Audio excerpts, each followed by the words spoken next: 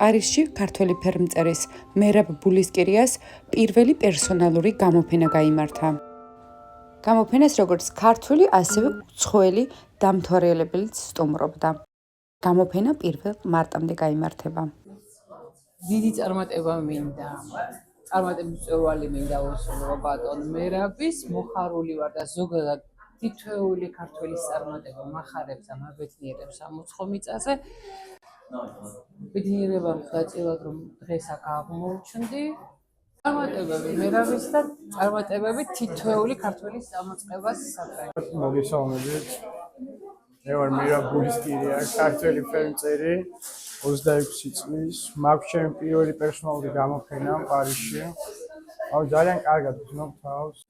მადლობა მინდა გადავუხადო ბატონ შავა ხახარაშვილს, ვინც მოაწყო ეს გამოფენა, ჟან-ფილიპ აკასაც და გალერიის.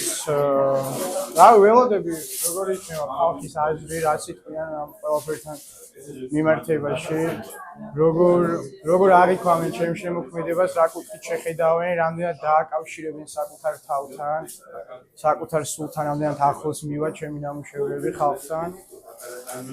მე მგონია რომ ყველაფერი ისე არის, როგორც უნდა იყოს.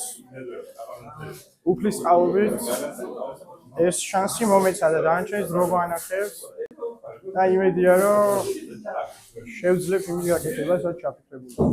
აღფრთოვანებული ვარ მერაბის ნამუშევრებზე, მაგრამ არ მიყვარს, იმიტომ რომ მერაბის ვიცნობ წლებია უკვე და ვადევნებ თვალს მის შემოქმედებას და არ მიყვარს მისი ნიჭის ამბავი და საერთოდ შრომა რო ფასდება ეს უკვე ცნობილია და აი დაუფასდა და ეს იყოს პირველი და უსურვებ ძალიან დიდ წარმატებას და დარწმუნებული ვარ რომ ეს წარმატება აუცილებლად მოვა ისეთ ქვეყანაში, სადაც ფასდება ადამიანის შრომა. გილოცავ მე. Exceptionnel avec mes.